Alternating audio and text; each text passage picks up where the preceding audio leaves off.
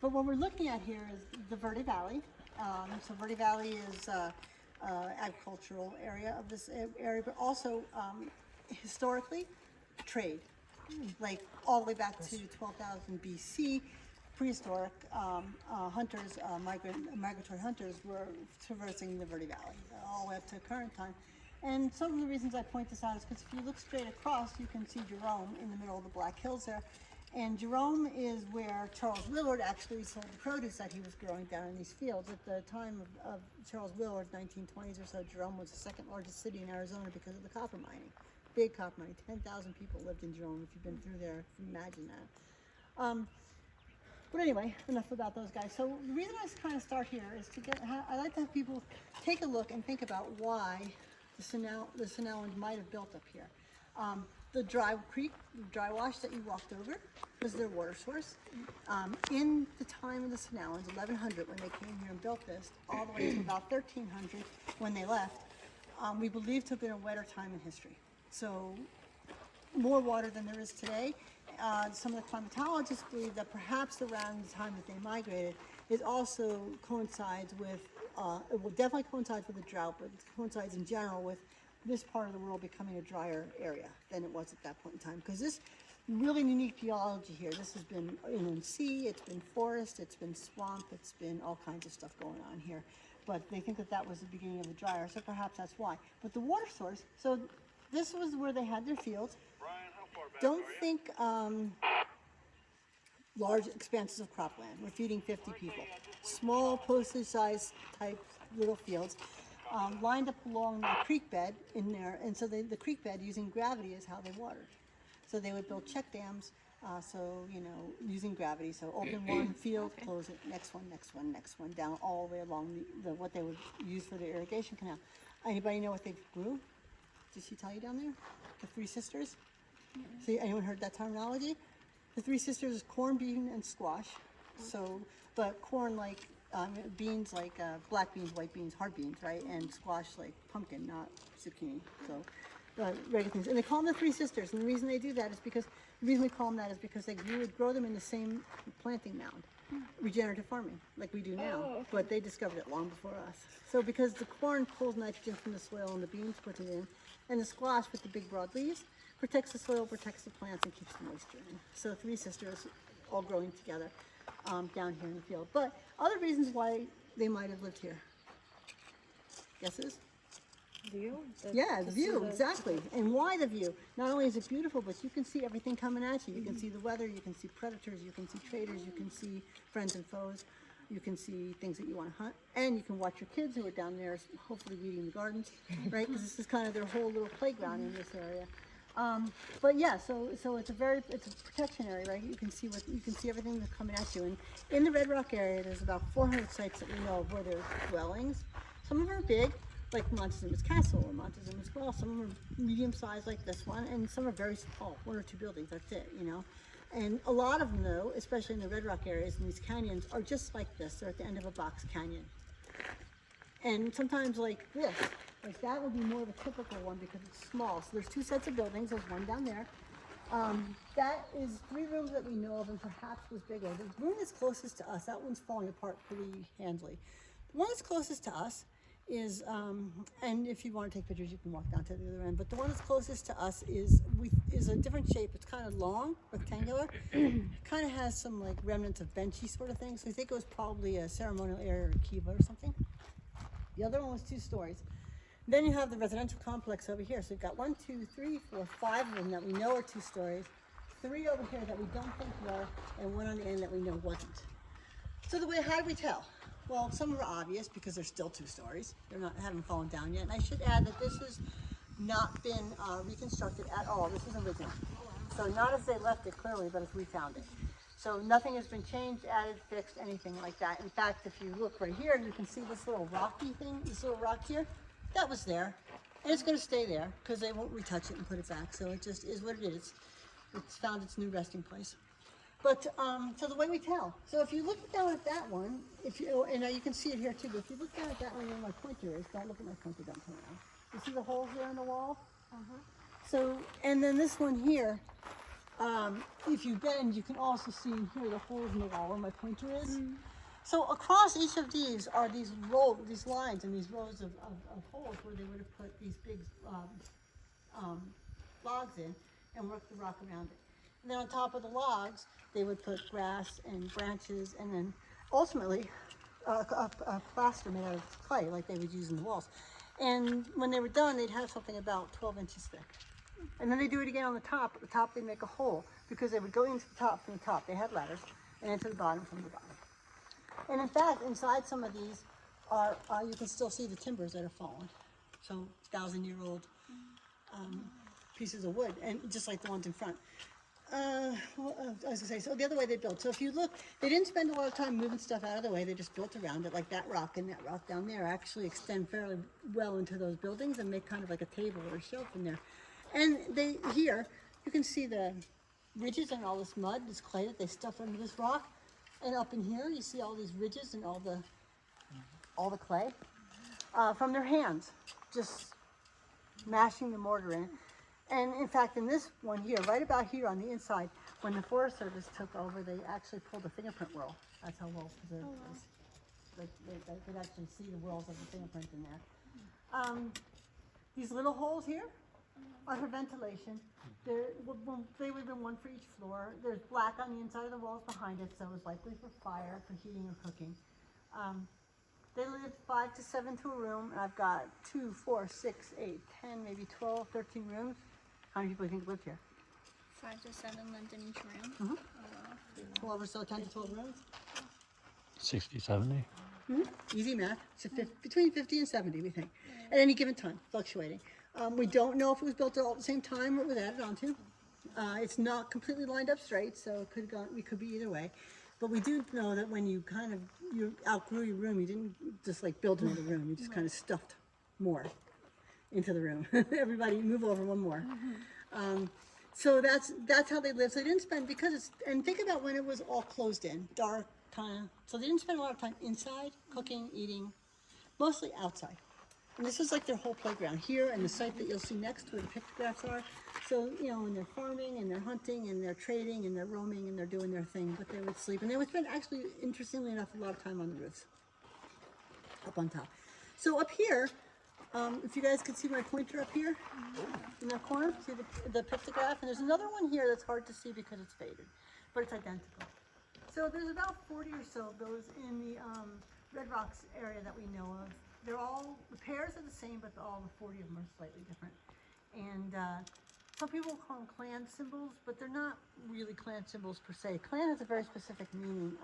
Clans are kind of overarching. And a different clan would have purview over different parts of life, different rites, different rituals. But the easiest way to think about it is like a coat of arms. So it identifies the extended family. This would have been an extended family that lives here. And when I pull in the gate, I can see it. Because I know it's there, but also when they put it up there, it'll be bright white, like bright white. You could see it. You know exactly whose front yard you're walking into as you come into the valley. You could see it just shining up there. So that's about that building. I have some artifacts that we can touch, which is kind of cool. Touching is always fun.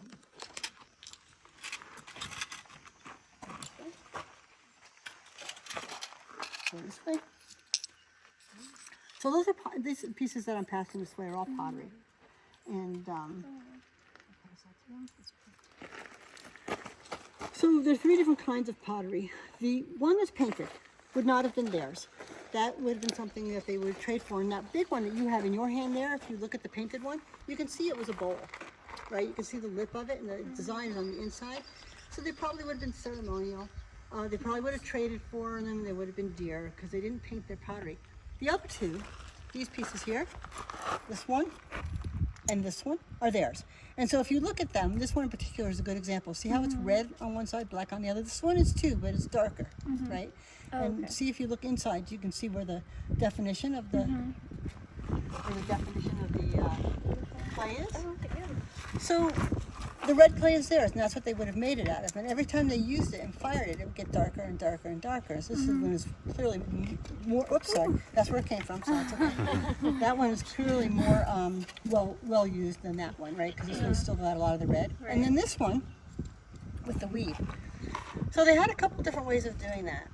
Sometimes they would coil the clay, and then they'd use their finger or a stick to make that design. And sometimes, because these guys were great weavers, they'd put it inside a basket and push it up against the basket, because they didn't have potter's wheels, so that was a good way to form the pot too.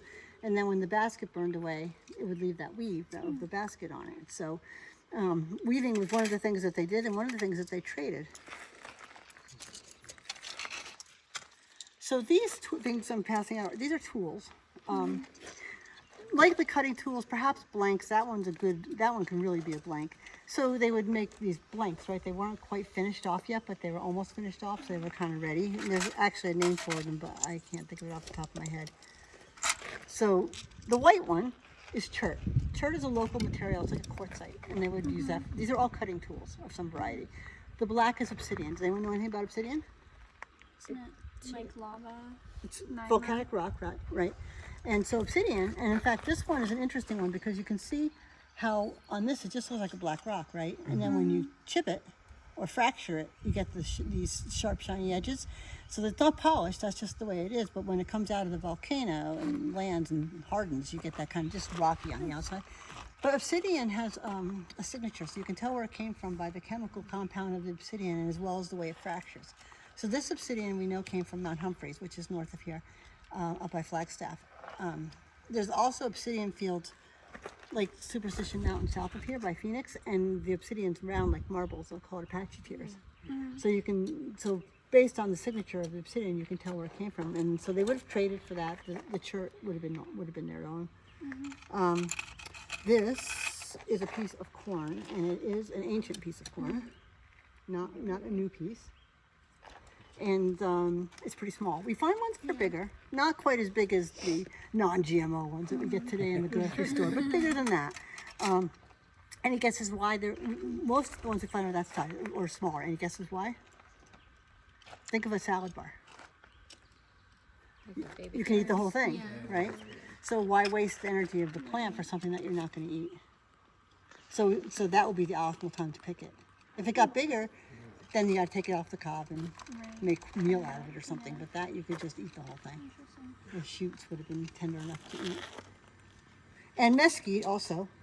And I can't attest to the fact that this is ancient mesquite. This could be a couple years old for all I know, but it's definitely dry.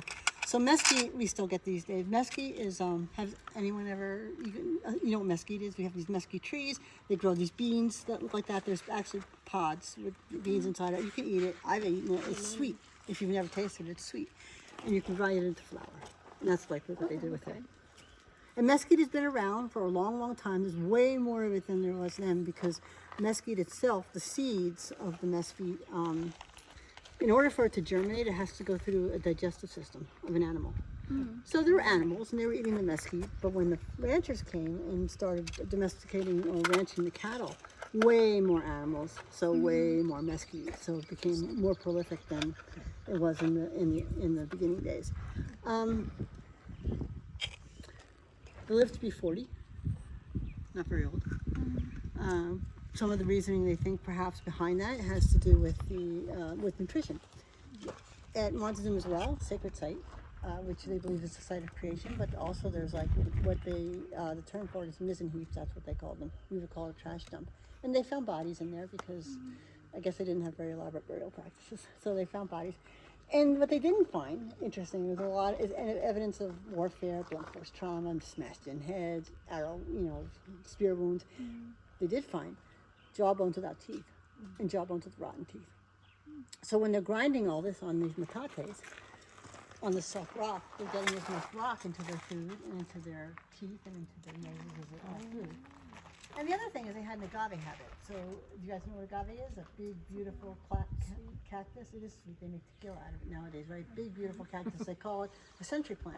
It takes like 50 years before it blooms, and once it blooms, it dies. They call it a death stalk. It sends up this 20-foot flowers, absolutely beautiful, but it takes a long time. But agave is an interesting plant. It's dangerous.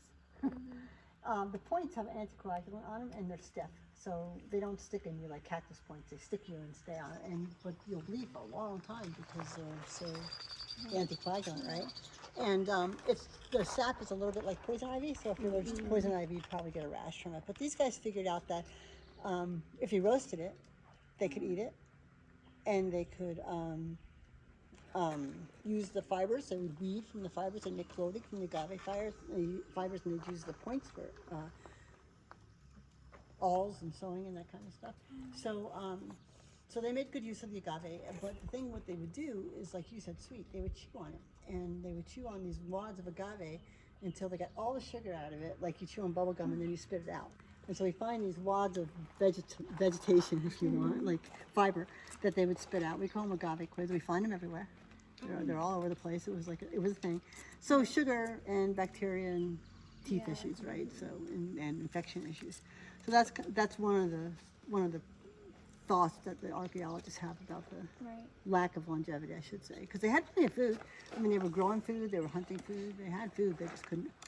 Isn't there a toxin in the water of Montezuma as well? Oh yeah, in Montezuma as well. The water is gross. It's a spring-fed well, so when you say spring-fed, everyone thinks, oh, beautiful, let's go for a swim. You know, spring-fed well. It's gross. It's dark. It's full. There's arsenic. There's like volcanic things in it. It's because it is an old crater cone. It's arsenic. Only two things survive in it: these little brine shrimp and leeches.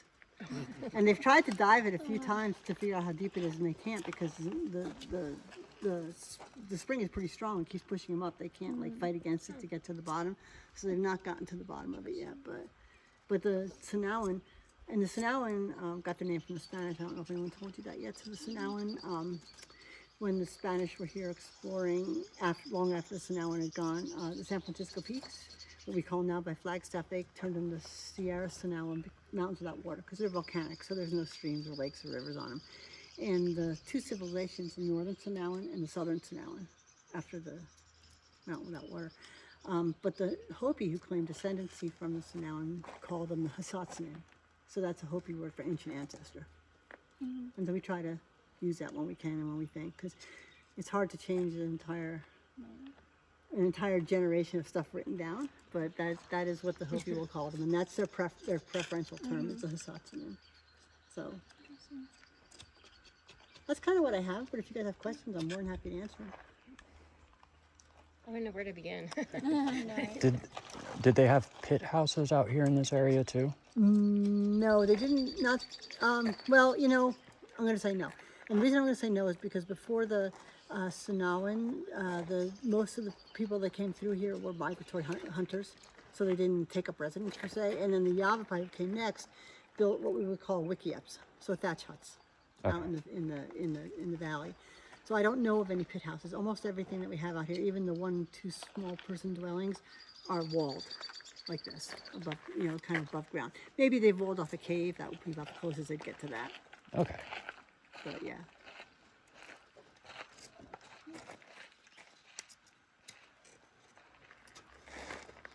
Yeah, feel free to wander, take pictures if you have questions, and then when you're ready to go, I'll send you back down the path, and when you get to the visitor center, you go straight across, and Chris is over there, and he'll talk to you about the pictographs at the grotto. Thank you so much. Oh, you're welcome, guys.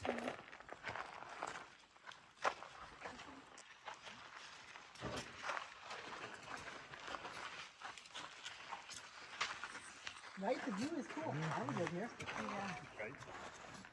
a lot cooler up here too.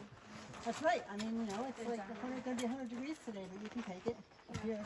Up here is open. Towards the very end of the day, we'll get a tiny bit of sun from that side when the sun finally gets over there, particularly in the middle of the summer. But as summer goes on, as we get to the solstice, that's when we get the least amount of sun here, and then it'll start to come back. And then during the winter, when the sun's lower, does it? It stays on that It side. does? It rises over here in the winter, so they get almost all sun. Nice. Radiational heating. Awesome. Yeah, it's pretty smart, actually. Way smarter than they're usually given credit for. Crazy, huh? It's just a huge part of the history of the Americas that doesn't get taught. Yes. I'm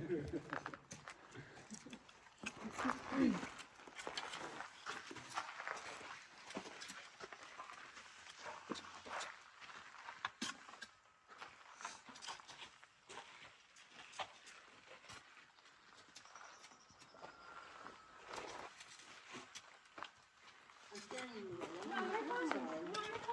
close so you can take pictures.